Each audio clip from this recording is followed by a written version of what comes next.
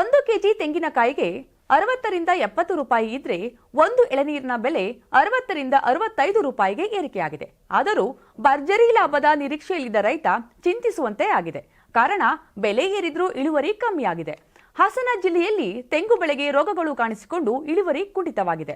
ಅರಸೀಕೆರೆ, ಚನ್ನರಾಯಪಟ್ಟಣ, ಹಾಸನ ತಾಲೂಕಿನಲ್ಲಿ ಕಪ್ಪು ತಲೆಹುಳ, ಕಾಂಡ ಸೊರಗು ರೋಗ ಕಾಣಿಸಿಕೊಂಡಿದೆ. ಭಾರೀ ಫಸಲು ಬರುತ್ತಿದ್ದ ತೋಟಗಳು ಇದೀಗ ರೋಗ ಬಾಧೆಯಿಂದ ಸೊರಗಿವೆ. ಹಾಸನ ಜಿಲ್ಲೆಯಲ್ಲಿ 1.12 ಲಕ್ಷ ಹೆಕ್ಟೇರ್ ಪ್ರದೇಶದಲ್ಲಿ ತೆಂಗಿನ ಬೆಳೆ ಇದೆ. ಹಿಂದೆಂದೂ ಕಾಣದ ಬಂಪರ್ ಬೆಲೆ ಬಂದಿದೆ. ಆದರೆ ತೆಂಗಿನ ಮರಗಳಲ್ಲಿ ರೋಗ ಕಾಣಿಸಿಕೊಂಡಿದೆ.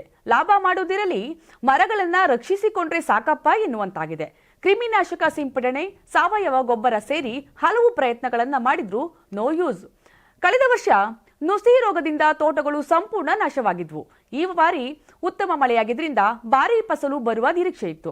ಆದರೆ ತೋಟಗಳು ರೋಗ ಬಾಧೆಯಿಂದ ಸೊರಗಿದ್ದು ನಿರೀಕ್ಷಿತ ಮಟ್ಟದಲ್ಲಿ ಫಸಲು ಸಿಕ್ಕಿಲ್ಲ. ಇನ್ನು ತೆಂಗಿಗೆ ತಗುಲಿರುವ ರೋಗ ನಿವಾರಣೆಗಾಗಿ ತಜ್ಞರೇ ಬರಬೇಕಿದೆ. ಸಾಮೂಹಿಕವಾಗಿ ಕ್ರಿಮಿನಾಶಕ ಸಿಂಪಡಿಸಿದ್ರೆ ತೆಂಗು ಬೆಳೆ ರಕ್ಷಿಸಿಕೊಳ್ಳಬಹುದು ಅಂತಿದ್ದಾರೆ ರೈತರು.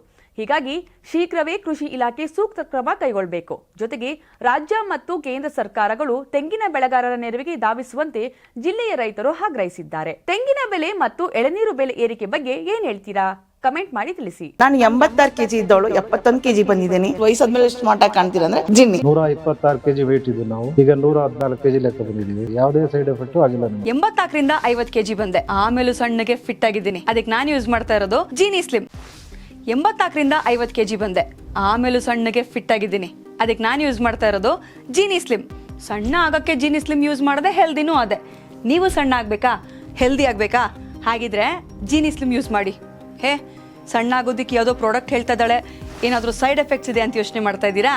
ಖಂಡಿತ ಇಲ್ಲ. ಯಾಕಂದ್ರೆ ಇದು ಕೆಮಿಕಲ್ ಫ್ರೀ. ಸಣ್ಣ ಆಗಬೇಕು ಅಂದ್ರೆ ಜೀನಿ ಸ್ಲಿಮ್ ಯೂಸ್ ಮಾಡಿ.